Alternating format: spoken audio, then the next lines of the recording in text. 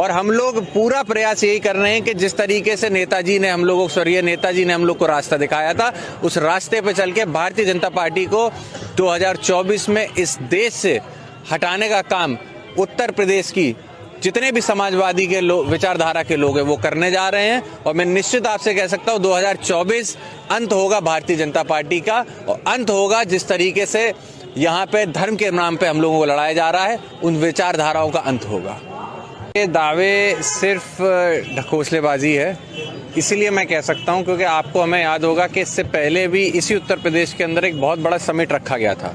उस समिट के अंदर प्रधानमंत्री जी भी आए थे और जितने भी केंद्रीय मंत्री हैं या फिर प्रदेश के जितने भी कद्दावर मंत्री और मुख्यमंत्री, सभी लोगों ने अपने अपने दावे किए थे। लेकिन धरातल पे कितना इन्वेस्टमेंट हुआ, 66,000 करोड़ का पहले उस समय इन्वेस्टमेंट बताया गया था, और आज के समय पे धरातल पे कितना इन्वेस्टमेंट हुआ ये हमें आपको पता है। इन्वेस्टमेंट समिट जो हुआ था उसके जरिए कितने लोगों को रोजगार मिला, उसके आंकड़े आप देख लीजिए। मैं समझता हूं जब आंकड़े देखे जाएंगे तो हम सभी को समझ में आएगा कि ये सारी बातें सिर्फ एक कार्यक्रम था, कहीं ना कहीं पार्टी को बूस्ट करने का और लोगों के अंदर एक इस बात का भ्रम फैलाने का कि भारतीय जनता पार्टी की सरकार में रोजगार मिल रहा है, जबकि ऐसा कुछ नहीं है। इस बार भी जो केंद्रीय जितने भी मंत्री केंद्र के थे या प्रदेश के मंत्री थे, उप मुख्यमंत्री थे, ये लोग गए, कोई पेरिस गया, कोई स्विट्जरलैंड गया, कोई कहीं गया, और ये कहा गया कि वहां से निवेश किए जाएंगे। लेकिन आज भी मैं आपके दावे से कह सकता हूं कि वहां से आने के बाद सरकार की तरफ से उनको वहां भेजने का ही खर्चा हुआ होगा, वहां से कोई इन्वेस्टमेंट नहीं आया है।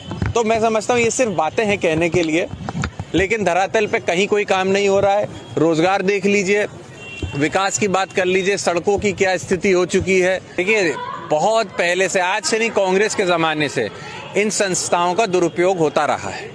लेकिन इस बार जो हमने देखा है, इस तरीके से ऐसे लग रहा है कठपुतली बनके ये सारी संस्थाएं रह चुकी हैं।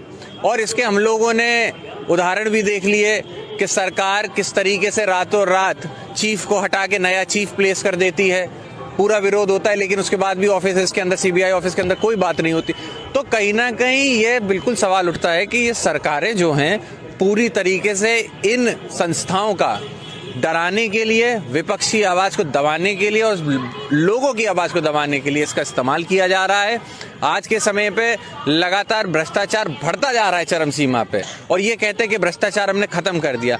भ्रष्टाचार पूरी तरीके से भारतीय जनता पार्टी के नींव के जो जड़ों हैं वहां तक पहुंच चुका है। ये दीमक की तरह पूरे देश को खाने जा रहा है और उसमें पूरा सहयोग भारतीय जनता पार्टी कर रही है।